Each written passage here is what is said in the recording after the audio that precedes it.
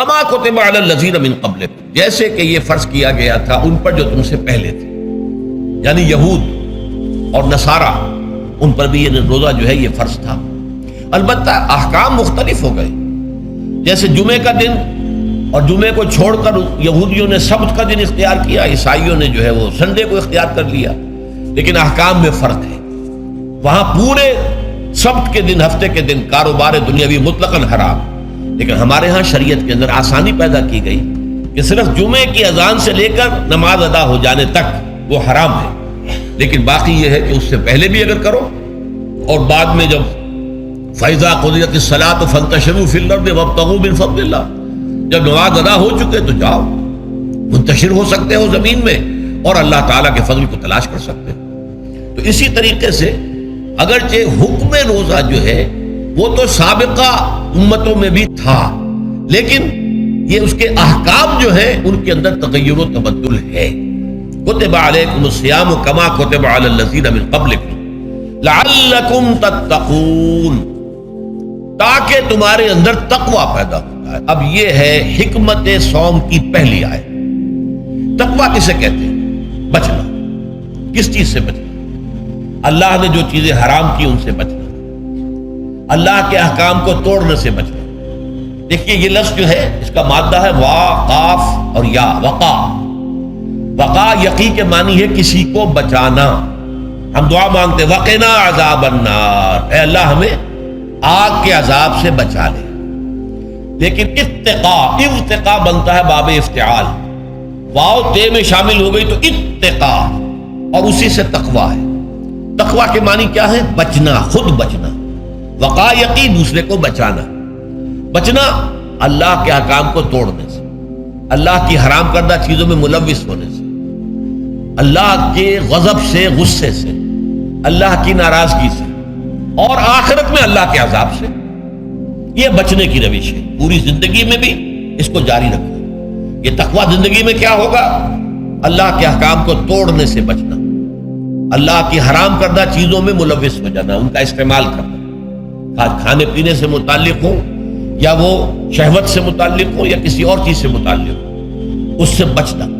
اور یہ بچنا جو ہے آخرت میں نتیجہ خیز ہوگا، جہنم سے بچاؤ ہو جائے گا، آگ کے عذاب سے نجات مل جائے گا۔ اچھا روزے کا اس سے تعلق کیا ہے یہ سمجھ لیجیے۔ دیکھیے ہمارے گناہوں کا سب سے بڑا سبب ہمارے نفسانی تقاضے۔ ہم ایک حیوان بھی ہیں اور حیوان سے برتر بھی کچھ ہے، وہ میں بعد میں عرض کروں گا، لیکن حیوان تو ہے۔ جیسے ہر حیوان کو کچھ خوراک کی ضرورت ہے، ہمیں بھی ضرورت ہے۔ ہر حیوان کو بقائے نسل کا معاملہ جنسی ہے، وہ ہمارا بھی ہے۔ ہر حیوان کو کوئی نہ کوئی سر چھپانے کی جگہ چاہیے، کوئی گھونسلہ ہو، کوئی کھو ہو، کوئی بل ہو، کچھ بھی ہو، اس کو چاہیے آخر۔ اسی طریقے سے ہمارے سارے تقاضے، حیوانات کو بھی آرام چاہیے، ہمیں بھی آرام چاہیے۔ یہ حیوانی تقاضے جو ہیں جن کو ہم کہیں گے اینیمل انسٹنکٹس، ہمارے وجود کے اندر ہیں یہ، اور ان کا تقاضا ہمارے اندر سے ابھرتا ہے۔ اسی کو اڈ اینڈ لیبیڈو کہا ہے فرائڈ نے۔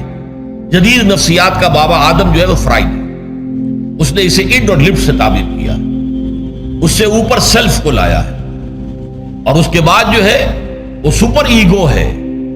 تو یہ تین درجے اس نے متعین کیے ہیں، اور میں اس کی دقت نظر، ایکیوٹی آف آبزرویشن کا بہت قائل ہوں۔ اگرچہ نظریات کا جو نتیجہ اس نے نکالا ہے وہ غلط ہے، لیکن ایکویٹی آف آبزرویشن کا قائل ہوں کہ اس نے انسانی شخصیت کے 3 لیولز کو آئیڈینٹیفائی کیا۔ یہی 3 لیول ہمارے ہاں ہیں، نفس، قلب، روح، یہ 3 لیولز۔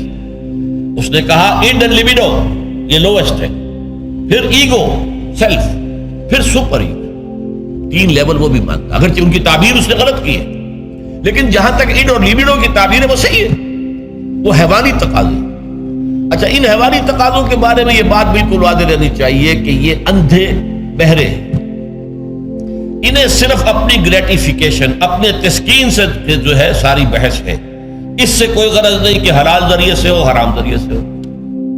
پیٹ کھانے کو مانگتا ہے بھوک کے اندر، اب آدمی جو ہے حرام کے اندر بھی بیمار بیٹھتا ہے، یہاں تک کہ خود شریعت اجازت دیتی ہے کہ اگر جان پر بن جائے، آدمی جو ہے وہ فاقے سے مر رہا ہو تو وہ کوئی حرام چیز کھا کر بھی اپنی جان بچا سکتا ہے، لیکن عام حالات میں نہیں۔ لیکن ہو سکتا ہے ہمارا چٹخارا جو ہے وہ حرام کی طرف ہمیں لے جائے۔ کسی کو واقعتاً اللہ نہ کرے کہ سور کے گوشت کا چسکا لگ جائے، وہ اس کے بغیر بچتا ہی نہیں، کھاتا ہے۔ شراب کی عادت ہو گئی، پیتا ہے، یہ نہیں۔ تو ہمارا پیٹ مانگتا ہے اور اسے اس سے غرض نہیں کہ حلال سے کھایا ہے یا حرام سے کھایا ہے۔ ہماری شہوت اپنی تسکین چاہتی، اسے اس سے غرض نہیں کہ حلال سے یا حرام سے، جائز سے یا ناجائز سے۔ اسی طریقے سے ہمارے تمام تقاضے جو حیوانی ہیں، ایک تو یہ کہ بہت زوردار ہیں، اور چونکہ وہ اندھے بہرے ہیں، لہذا جو قرآن میں کہا گیا ان النفس لامارۃ بالسوء، یہ نفس تو بدی کا حکم دیتا ہی ہے۔ یہ گویا کہ اس کے اندر رجحان جو ہے انہیرنٹ ہے کہ وہ بدی کی طرف انسان کو ترغیب دلاتا ہے، چاہے وہ اپنی ضروریات سے متعلق ہو، چاہے چٹخاروں سے متعلق ہو، چاہے جو بھی لذت اسے درکار ہے اس سے متعلق ہو، چاہے وہ جنسی لذت ہے اور چاہے وہ طعام کی، یعنی جسے ہم کہتے ہیں کہ انسان جو ہے وہ اپنے پیٹ اور فرج کا غلام بن کر رہ جائے، اس لیے کہ جو تقاضا بھی آیا ہے اس کو وہ پورا کر رہا ہے۔ یہ جو کیفیت انسان کی ہے، اس کے لیے ایک مشق جو ہے وہ روزہ فراہم کرتا ہے۔ روزے کے آپ نے 12، 13، 14 گھنٹے کا بھی روزہ ہوتا ہے، بعض جگہوں پر 16، 17 گھنٹے کا روزہ ہوتا ہے۔ اس عرصے میں آپ اپنے نفس کو حلال چیزوں سے بھی روکے رکھتے ہیں۔ اس منہ زور گھوڑے کو جو ہے آپ اس کی لگام کس کر رکھتے ہیں کہ حلال بھی نہیں کھانے دے رہے۔ بھوک لگی ہوئی ہے، کھانا بہترین موجود ہے، نہیں کھا سکتے، اللہ کا حکم نہیں ہے، اللہ کی اجازت نہیں۔ شدید پیاس ہے، بہترین مشروبات فریج میں رکھی ہوئی ہے، نہیں کھا سکتے، نہیں پی سکتے، جائز نہیں، حالانکہ حلال ہے، حرام نہیں ہے۔ بیوی موجود ہے، یا جیسے کہ لونڈیوں کا معاملہ ہوتا تھا، لونڈی موجود ہے، لیکن نہیں، آپ اپنی شہوت جو ہے وہ اس سے پوری نہیں کر سکتے۔ یہ پابندیاں نفس کے اوپر لگانا، یہ ایک مشق، یہ ایک ریاضت ہے۔ اس ریاضت کا حاصل یہ ہونا چاہیے کہ انسان بقیہ 11 مہینوں میں اپنے آپ کو حرام سے تو بچائے نا۔ یہاں وہ حلال سے رکا ہوا ہے اللہ کے حکم سے، کہ حلال چیز بھی نہیں کھا رہا، دن بھر نہیں پی رہا، دن بھر نہیں اپنی کوئی شہوت پوری کر رہا، دن بھر حلال ذرائع سے بھی، تو اس سے اس کے اندر یہ ایک، اس کو ہم کہیں گے سیلف کنٹرول پیدا ہو جائے، اپنے نفس کو قابو میں کر لے۔ یہ گویا کہ اس کا سب سے پہلا، اس روزے کی ریاضت، روزے کی مشق کے حوالے سے یہ اس کی حکمت ہوئی کہ اس سے کے ذریعے سے انسان میں سیلف کنٹرول پیدا ہونا، ضبط نفس۔ یہاں پہ تھوڑی سی میں وضاحت کر دوں، رہبانیت کے اندر آپ کو معلوم ہے کہ سیلف اینیہیلیشن، انگریزی الفاظ جو ہیں وہ زیادہ بعض لوگوں کے لیے واضح ہوں گے، نفس کشی، نفس کو کچل دینا، ختم کر دینا، مار دینا، یہ رہبانیت میں ہوتا ہے، اسلام میں نہیں۔ اسلام کا نظام بڑا متوازن ہے۔ ان لنفسک علیک حقا وان لزوجک علیک حقا وان لزورک علیک حقا۔ حضور نے فرمایا دیکھو تمہارے نفس کا بھی تم پر حق ہے، اسے مناسب حد تک آرام دینا بھی تمہارے ذمے ہے، اسے غذا بہم پہنچانا بھی تمہارے ذمے ہے۔ فرق صرف کیا ہے، حلال سے ہو حرام سے نہ ہو۔ اس کی شہوت کو پورا کرنا بھی تمہارے ذمے ہے، فرق صرف کیا ہے، جائز راستے سے ہو حرام سے نہ ہو۔ اس کا نام ضبط نفس، سیلف اینیہیلیشن، نفس کو کچل دینا۔ یہ جو تپسیاں جو ہیں ہندو سادھو کرتے رہے ہیں، اور جو سب سے زیادہ معاملہ جو ہے وہ جو راہب ہوتے تھے حضرت مسیح علیہ السلام کے پیروکاروں میں، انہوں نے تاریخ کے اندر جو مثالیں دی ہیں اس کا جو ہے اندازہ کرنا مشکل ہو جاتا ہے کہ کس درجے وہ لوگ اپنے نفس کو کچل دیتے تھے، جس کا قرآن مجید میں سورہ حدید میں ذکر بھی ہے۔ اکثر لوگ تو پابندی نہیں کر سکتے تھے، اپنے اوپر پابندیاں لگانے کے بعد غلط راستوں پر بھی چل پڑتے تھے، لیکن جو لوگ ان پابندیوں کو نبھاتے تھے وہ کس انتہا تک جاتے تھے۔ کبھی آپ جو ہے ہسٹری آف کرسچن موناسٹسزم پر جو تاریخ کی کتابیں لکھی گئی ان کو پڑھیں تو اندازہ ہو۔ مولانا مودودی نے تفہیم القرآن میں اس کا کچھ حوالے دیے ہیں، اور واقعہ یہ کہ رونگٹے کھڑے ہو جاتے ہیں انسان پر کہ اس درجے میں انہوں نے اپنے نفس کو کچلا تھا۔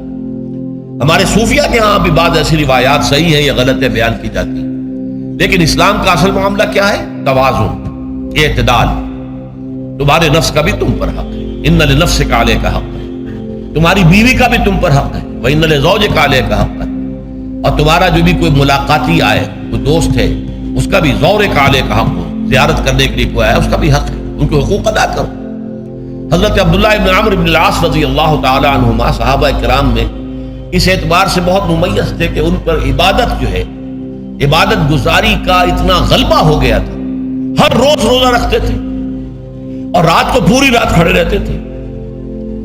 حضور کو اطلاع دی گئی، حضور نے طلب کیا فوراً، آپ نے فرمایا یا عبداللہ الم نخبر، کیا ہمیں یہ خبر نہیں دی گئی انک تصوم الدہر وتقوم اللیل، کہ تو ہمیشہ رات کو کھڑا رہتا ہے نماز پہ اور ہر روز روزہ رکھتا ہے۔